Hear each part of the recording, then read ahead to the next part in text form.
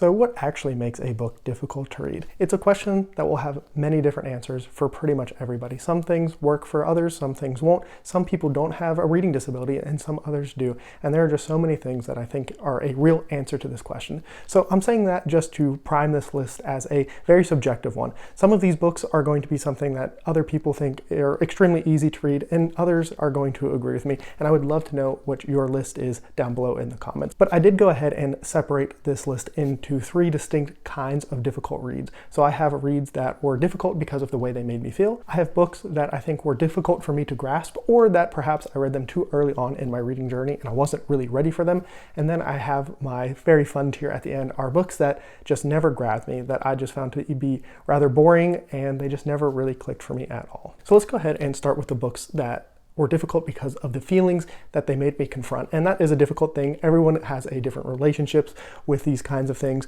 But for me, the first book that came to my mind was The Jungle. The Jungle is unfortunately probably best known for being the book in America that changed the way the meat industry was. And so when I finally got around to reading this, I was actually blown away by what I think the real message of this book is. And that is the struggle of the immigrants at that time. Up in St. Clair shows us the journey of a family coming to America, their triumphs, their failures, and really points to the system that was put in place at the time that greatly affected so many people. You see so many horrible things happen to the family we are following throughout the story. And this is one of those books that made me not only think about that time differently, but our current time. Immigration is obviously a very hot button topic, and I'm not going to get too in-depth here, but this is one of those books that made me kind of reevaluate how I think about certain things. And I think that's a very powerful thing and a very difficult thing for a book to do properly and do it well. The Jungle, like I said, unfortunately is known for whatever reason about changing health standards in meat packaging. And that's such a strange thing because it is a harrowing tale of a family and their struggles. And while I will say the last little section of this book definitely turns into kind of a political agenda, the rest of the book is so worth reading. This is one of those books that I do think a lot of people should read. I think there are so many strong messages in it that you can get a lot out of and really just can affect you as a person, because there are going to be things in here that you just can't believe happened, and I'm pretty sure that they did. And maybe not necessarily in this fictional story, but these kind of story that is being told here is something that real people were experiencing in the time that this was written. The next book that fits into this category is The Road by Cormac McCarthy, and part of the reason it fits in here is it is such a bleak world. It really makes you confront on what kind of person would you be in this situation, and I also think it's just a harrowing tale of a father and a son. Now, this is one of those books that I think Cormac McCarthy does such a brilliant job of setting the setting without giving you much information. We don't have character names. We don't know what happened. We just know that this is a post-society world where everything's gone to crap and a son and a father are traveling together, trying to make it and doing their best. It is a harrowing experience, to say the least. You know, it's unfair to say that there is no joy in this book, but this is a book that it will really push you to your limits of what you think you would be able to do for somebody else. I think certain people will be affected by that more. I really think that, you know, parents will feel this story a lot more than people without kids, but that doesn't mean that you won't feel it at all. Especially if you have a strong relationship with your parents, it might be something that can affect you on that side of it. And like I said, I think the thing that makes this story interesting is that it is sold as like a post-apocalyptic world, and we all kind of, or if you read that genre, you know what that kind of entails. But instead, in this book, it is much more focused on the characters and just what they're going through. And it's difficult to read, mostly because you want to think that people are going to be good and that these moral standards will be held and all of these things. And this just probably shows like a grim reality of what will probably happen in a situation like that. And so I think it absolutely deserves a spot on this list. Next up is And Every Morning the Way Home Gets Longer and Longer by Fredrik Backman, one of my personal favorite authors, and an author who I think just understands human emotions and the way people feel about certain situations better than almost anybody I have ever read. He might be number one on that list if I had to come up with a list of people. If you are somebody who has been touched by a family member or somebody you know with Alzheimer's or just kind of memory loss, cognitive loss at all, this is a story that is going to hit you and hurt quite a bit. It is something that affected me personally, and this is not even a very long book. I think it's 100-something pages, if that. And the emotions and the way Backman is able to tell this story of a grandfather and a son and their interactions, and it has this weird dream-like quality to it where we're just learning about what's going on and just the loss of that member in a family. This is one that made me cry. It was very emotional reading this. And like I said, if you're not somebody who has been affected by this, it might not hit you as hard, but it is still one of those ones that kind of makes you confront the feeling of mortality. I am somebody who definitely worries about the possibility of cognitive decline, especially as I get older, because I played American football from the time I was 5 until I was 18. And that's not to mention all the other head trauma that probably took place in my life from being a kid and falling down and all those kinds of things. And so it does hit a little bit close to home, and it is something I worry about. And I think maybe that is one of those reasons why this affected me as much as it did. And then the last book in the category of books that were difficult because of how I felt about them is One Flew Over the Cuckoo's Nest. Now, this is an interesting book because it kind of has a similar vein to The Jungle in it is confronting injustice to people who probably don't deserve it, right? This really also highlights how power and corruption, even in one person, can negatively affect so many people, especially when they are in a weaker situation. There is a scene in this book where something happens to a character. It's a massive spoiler. I can't say exactly what it is. It is something that haunts me still to this day. I think about it more than I probably should. That's more than it's probably healthy. And actually there's two. There's actually really two scenes that really affected me a lot when reading this. Now, this book is not without its flaws. There's definitely some misogyny and male gaze, all that kind of stuff thrown in here. But there is a powerful message, I think, that really just shows the machine that, and when I say the machine, I mean the institute, the power that bees, wherever that may be at, and how it can negatively affect people. And yeah, like I said, it is one I think about more than I probably should. Now, switching to the next group here, and these are books that I think were difficult because of my reading history, my experience, and maybe that made it difficult for me to completely understand what was going on. And this doesn't mean I didn't like these books. Actually, all of the books that I've mentioned so far are books that I have liked. That's not the case for everything here, but these books kind of highlight that you can grow as a reader and your tastes will change. What you understand as you go will change, and some of the more out there ideas end up being something that you can understand. But maybe at the time that I read these, that was not the case. First up is 2001: A Space Odyssey, and this one is a little bit of a outlier because 90% of this book is pretty straightforward. You know what's going on. But that last 10% of 2001: A Space Odyssey, if you have not read it, it is quite an experience. I'm still not sure I really get what was going on in that book. It is pretty far out there. You get into some, I don't even want to call it science fiction. It is technically because the whole book is, but there are some very weird things that happen at the end of the book that my brain, I don't think got what was supposed to happen there and made it not as an enjoyable as experience as the rest of the book probably could have been. If you have seen the movie, it's a very similar thing. It is out there and it is quite fun. I will say it is enjoyable, but at the time I read it, I don't think I necessarily had the cognitive horsepower to understand everything that was going on with one of the pinnacles of science fiction. Now, next up is another book that I definitely still do not understand. And if you understand In Watermelon Sugar, I would love for you to explain it to me. This is a counterculture book, and I'm not even really sure what that means inherently in of itself, but this is a really interesting world where everything is made out of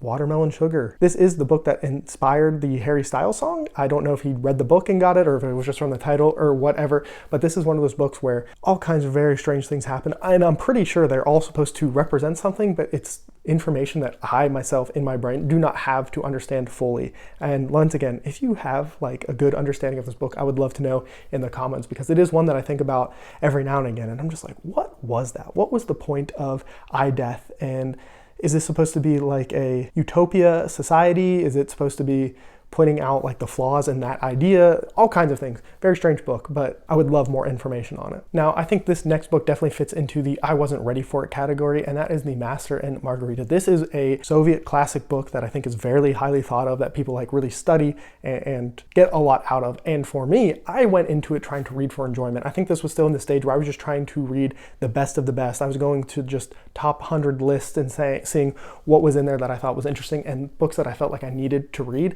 And unfortunately, this is not one that clicked for me. It's not one that I understood at the time. I do know that this is basically the story of the devil coming to Russia and tricking people into different things and maybe pointing out their flaws or how they're right and how they're wrong, all kinds of interesting things. But like I said, this is definitely one of those ones where I think if I went back with a little bit more of a critical lens that I could now that I didn't have at the time when I was reading it, I would get a lot more out of this one. And actually, really the same thing is true for the next two on my list, and that is War and Peace and Pride and Prejudice. So War and Peace, it's difficult in a different kind of way. One, it is that Russian literature style that is written very different, especially from that author. I did enjoy War and Peace for the most part. It is an extremely long book, and at the time I was not used to reading. War and Peace is is probably the longest book I've ever read, which is in of itself its own level of difficulty. But there's also a lot of context about that time period that I just do not have that was going on in Russia. So that is another layer added on top of it. And I really do think, like I said, that's just one that if I went back to it now, I would get so much more out of it. And I would enjoy, especially the prose and some of like the beautiful writing that is in that book. I think I would get a lot more out of it. And same with Pride and Prejudice. So obviously Pride and Prejudice is a very pointed look at stuff going on in society at that time. And this falls into that. I was just looking for must-read books, and I was not ready for the commentary that Pride and Prejudice was trying to have. And also, I think at the time, I hadn't read as many classics, and I think that writing style really threw me when I read it, so it was a very difficult time for me, and I ended up not really enjoying it. I'm sure there are plenty of detractors from Pride and Prejudice, but I know for the most part that I am in the minority here when it comes to those books. So maybe they are a good candidate for a reread at some point. And then the last category I have, this is really me just like throwing gasoline onto a fire and seeing what happens and how upset people can be. These are books that were very boring for me, and they never pulled me in. I never really cared about what was going on. And the first one in this list, I'm going to go ahead and, for all my fantasy fans, probably make you very upset, but most of this book I did not enjoy. I thought it was extremely boring and dry, and that book is Deadhouse Gates, Book 2 of Malazan Book of the Fallen. I will say, I really liked like the first 20% of this book and like the last 30% of this book, which leaves a huge chunk in the middle that just was not for me, unfortunately. It almost made me DNF the series. This book took me an extremely long time, put me in a huge reading slump, which pretty much everything negative a book could do for me at the time, this book did.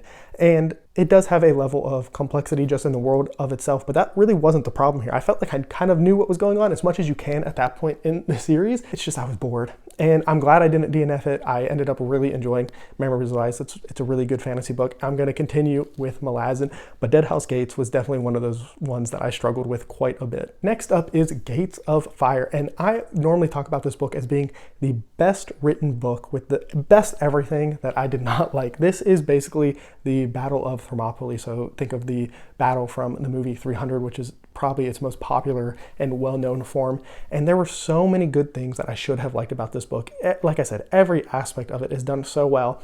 And I remember getting to about halfway through this book and just realizing I didn't care. I didn't care about any of the characters. I didn't really care about the battle. I didn't care about what was going to happen, what had already happened, just so many things. And I don't know, it's a me thing. I know so many people, I have a review out for this book, and I know so many people, and I've had so many comments who just are like, I don't know how you don't like this. It's one of my favorite books ever, all those kinds of things. And I totally get it. I totally get that I am in the minority here, but that's just the truth. That is just how I feel about Gates of Fire. Next up is a very recent read for me, and that is The Book of Elsewhere, and this is by Keanu Reeves and China Miéville.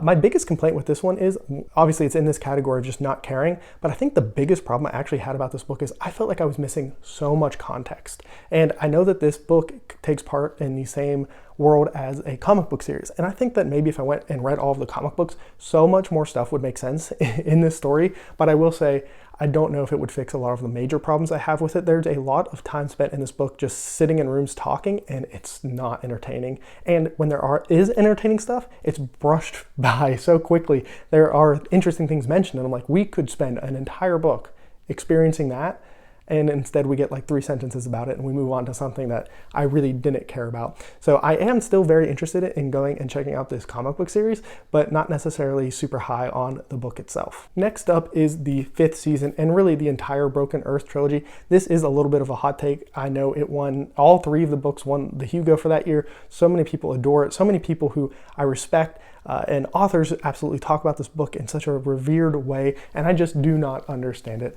Basically, the entire time I read it, I was extremely bored. I never cared about the characters. Specifically, in the first book, there is a literary device used. Basically, we're getting the story in second person view, and I hated that. I didn't find it to be an enjoyable experience, which that's one thing. That can be a me thing and everything, but I do think there's a reason why most stories are not told that way. And I think my biggest gripe with this entire series is it feels like it is trying to be clever, and unfortunately at no point did I think it was being overly clever. I feel like there were supposed to be mysteries and things that you weren't supposed to be able to figure out and guess, and over again, my guesses were right. to the point where I guessed something about 5 pages into the second book that happened at the end of the third book, which is just not a pleasant reading experience, and it made me very detached. There were at some points that I thought I could really like this, and it just never really got there for me. And unfortunately, this is one of those series where at the time I read each individual book, I thought they were kind of fine. And then looking back on it, every time I think about the series, it goes further and further down my list. And like I said, I know, once again, I'm in the minority here. This is a very beloved book, but for me, it was very difficult to get into, very difficult to enjoy, and unfortunately, it found a spot here, and I'm very negative about this book overall. And I'm gonna go ahead and finish this list off. Once again, this is a book that I found very boring, just didn't get into, and that's what made it difficult, and that is Circe by Madeline Miller. I have talked multiple times about how I feel about this book. Just know that it is extremely negative. I think it's the worst way to take in a lot of Greek myth, and I just wish I had liked it as much as so many other people. This is another one of those books that I know I am in the minority in. This book gets glowing reviews, and I'm so happy so many people like it, but unfortunately for me, it was just not a good time, and that made it a very difficult read for me. But that is a list of some difficult books I have read for a couple of different reasons. I'm sure I could come up with a bunch of more books and why they're difficult for different reasons and everything, but I would love to know what your choices are down below in the comments. But that's all for me, and as always, have a good one.